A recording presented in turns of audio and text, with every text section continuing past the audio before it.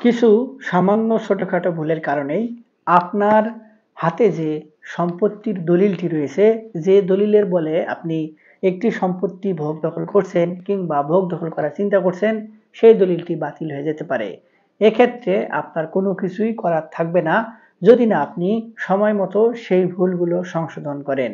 আজকের ভিডিওটিতে আমি এই ছোটখাটো ভুলগুলো কিভাবে তৈরি হয় এবং সেই ভুলগুলো কি এবং কোন প্রক্রিয়ায় সংশোধন করবেন, এই সকল বিষয় নিয়ে বিস্তারিত আলোচনা করব। ভিডিওর বিষয়বস্তু অত্যন্ত গুরুত্বপূর্ণ, তাই ভিডিওটি না টেনে সম্পূর্ণ দেখার আমন্ত্রণ রইল। আর ভিডিওটি দেখার পর যদি ভালো লেগে থাকে, আরও কোনো ধরনের ভিডিও দেখার আগ্রহ জন্মায়, তাহলে আমাদের চ্যানেলটি সাবস্ক্রাইব করে রাখতে পারেন। আর যদি আপনি নিয়মিত আমাদের ভিডিওগুলো দেখেন, তাহলে বরাবরের মতো লাইক, কমেন্ট, শেয়ার করে আমাদেরকে অনুপ্রেরণা দিবেন। আসসালামু আলাইকুম সুপ্রিয় ভিউয়ার্স, আমরা প্রতিনিয়তই জমিজমা সংক্রান্ত নানান বিষয়ে ভুগে থাকি। এই ভোগান্তির বিষয়গুলো কিছু কিছু মাধ্যম থেকে আমাদের সামনে উঠে আসে। এর মধ্যে সর্বাধিক গুরুত্বপূর্ণ হচ্ছে দলিল সংক্রান্ত ভুল, এবং এই দলিল সংক্রান্ত ভুলগুলো বিভিন্ন মাধ্যম থেকে আবার তৈরি হয়। প্রথমেই আমরা যে বিষয়গুলো সবথেকে গুরুত্বপূর্ণ সেই বিষয়গুলো নিয়ে একটু আলোচনা করব, তারপর পর্যায়ক্রমে সেই বিষয়গুলো কিভাবে সমাধান করবেন সেই বিষয়গুলো নিয়ে আলোচনা করব।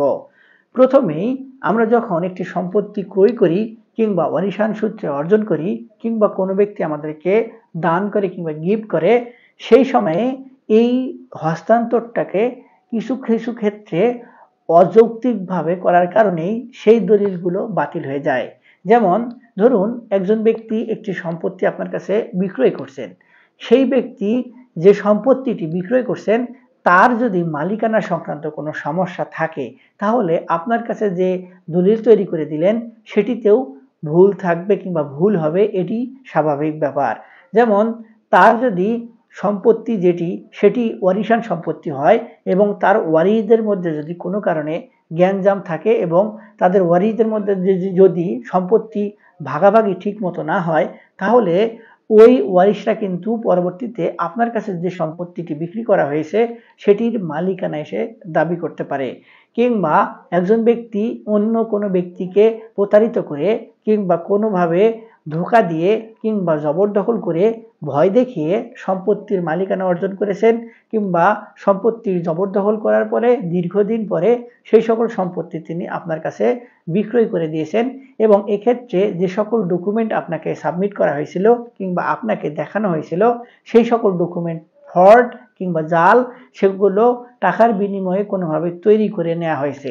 যার কারণে আপনাকে যে সকল দলিল তৈরি করে সম্পত্তি হস্তান্তর করা হইলো সেই দলিলগুলো কিন্তু পরবর্তীতে বাতিল হওয়ার সুযোগ থাকে যদি ওই সকল সম্পত্তির অরিজিনাল মালিকরা কোনোভাবে এসে সম্পত্তির মালিকানা দাবি করে। এটি কিন্তু সর্বাধিক গুরুত্বপূর্ণ এবং সর্বাধিক বেশি পরিমাণে আমরা লক্ষ্য করি, এবং আদালতে এই সংক্রান্ত বিষয় নিয়ে প্রতিনিয়তই মামলা মোকদ্দমা তৈরি হচ্ছে। এরপরে দ্বিতীয় যে ভুলগুলো হয় সেগুলো হচ্ছে, সকল সম্পত্তির মালিকানা ঠিক রয়েছে এবং আপনি ক্রয় করছেন বৈধ উপায়ে, কিন্তু যে দলিলটি তৈরি করা হচ্ছে সেই দলিলে যদি তৈরি করার সময় কিছু করণিক ভুল হয়, তাহলে সেই ভুলগুলোর দায় কিন্তু কোনোভাবে যে ব্যক্তি সম্পত্তি বিক্রয় করে দিয়েছেন তার ঘাড়ে বর্তাবে না, আপনার ঘাড়েই কিন্তু বর্তাবে। কেননা দলিল তৈরি করার সময় সবসময় নির্দেশনা হচ্ছে রেজিস্ট্রেশন করার আগে কিংবা দলিলের ফাইনাল কপি কিংবা ফাইনাল প্রস্তুতি নেওয়ার আগে অবশ্যই দলিলগুলো ভালোভাবে চেক করে নেওয়ার দায়িত্ব সবসময় ক্রেতার থাকে। বিক্রেতা আপনাকে সম্পত্তি হস্তান্তর করে দিয়ে তার যে সুবিধা সেটি নিয়ে গেলেই কিন্তু তিনি বেঁচে যান, কিন্তু সম্পত্তি যেহেতু আপনার কাছে আসছে, কোথাও করণিক ভুল হচ্ছে কিনা সেই বিষয়গুলো দেখভাল করার দায়িত্ব কিন্তু আপনার। এখন করণিক ভুলের মধ্যে যে ভুলগুলো সব থেকে বেশি হয় সেগুলো হচ্ছে ক্রেতার নাম, বিক্রেতার নাম এবং সম্পত্তির যে তফসিল রয়েছে সেগুলোতে। এক্ষেত্রে যদি বিক্রেতার নাম ভুল হয় তাহলে সেই ভুলগুলো কিন্তু মারাত্মক রূপ ধারণ করে, এবং এক্ষেত্রে ওই সকল ক্রেতা এবং বিক্রেতার মধ্যে বিপুল পরিমাণে পরে গ্যাঞ্জাম তৈরি হয়। যখন দেখা যায় যে বিক্রেতার নাম দলিলে কোনোভাবে ভুল হয়েছে, এক্ষেত্রে সম্পত্তির কিন্তু হস্তান্তরযোগ্য যে দলিল সেটির মূল কাঠামোটাই নষ্ট হয়ে গেল। এক্ষেত্রে সেই বিষয়গুলো সংশোধন করার জন্য কিন্তু আবার নতুন করে দলিল তৈরি করার প্রয়োজনীয়তা দেখা দেয়, কিংবা আদালতে মোকদ্দমা দায়ের করে তারপরে সংশোধন করতে হয়। এক্ষেত্রে বিক্রেতা যদি আপনাকে সহযোগিতা করে তাহলে বিষয়গুলো সহজভাবেই সমাধান হয়। যদি সহযোগিতা না করে কিংবা বিক্রেতা যদি মৃত্যুবরণ করে তারপরে আপনার ভুলগুলো সামনে উঠে আসে, তাহলে তাদের যে ওয়ারিশ রয়েছে তারা যদি সংশোধন করে দেয় তাহলে সহজভাবে হয়, আর যদি না করতে চায় তাহলে কিন্তু আপনি চরম বিপদে পড়বেন। কেননা ভুল দাতার নাম যদি কোনোভাবে দলিলে উল্লেখ থাকে তাহলে সেই দলিলের 1 পয়সাও ভ্যালু পরবর্তীতে হবে না। এরপরে দলিলে যে তফসিল থাকে সেই তফসিলে যে বিষয়গুলো উল্লেখ থাকে, অর্থাৎ জমি কোথায় অবস্থিত, কোন দাগে অবস্থিত, এই সকল বিষয় যদি কোনোভাবে ভুল হয় তাহলে আপনার দলিল তৈরিটাই কিন্তু বৃথা হলো। অর্থাৎ আপনার সম্পত্তি যদি আপনি ক্রয় করেন 30 দাগে কিংবা 20 দাগে, কিন্তু দলিলে উল্লেখ থাকে যদি 40 দাগ 50 দাগ, অর্থাৎ দাগ নাম্বার যদি ভুল থাকে তাহলে যে বিক্রেতা আপনাকে সম্পত্তি হস্তান্তর করে দিলেন সেই সম্পত্তিটি হয়তো আপনি ভোগ দখল করছেন, কিন্তু দলিলে যেহেতু দাগ নাম্বার ভুল সেক্ষেত্রে তার মানে বোঝা যাচ্ছে যে যে সম্পত্তিটি আপনি ভোগ দখল করছেন সেই সকল সম্পত্তি আপনাকে দলিল বলে হস্তান্তর করে দেয়া হয় নাই, যার কারণে আপনি সম্পত্তিটি জবরদখল অবৈধ দখলদার হিসেবেই বিবেচিত হবেন। তবে এই ভুলগুলো পরবর্তীতে সংশোধন করা যায় এবং সাব রেজিস্ট্রি অফিসে যদি গিয়ে অ্যাপ্লিকেশন দায়ের করা হয় কিংবা ভূমি অফিসের সহযোগিতা নিয়ে আবেদনের পরিপ্রেক্ষিতে ভুলগুলো সংশোধন করে দেওয়ার ব্যবস্থা গ্রহণ করার সুযোগ রয়েছে। তবে ওই সকল সম্পত্তির অরিজিনাল মালিক কিংবা তার ওয়ারিশরা যদি কোনোভাবে আপনার এই সংশোধনটাতে বাধা প্রদান করে তাহলে কিন্তু আপনি বিপদে পড়বেন। এরপরে আরো কিছু ভুল হয় যে ভুলগুলো সহজে সংশোধন করার মতো না।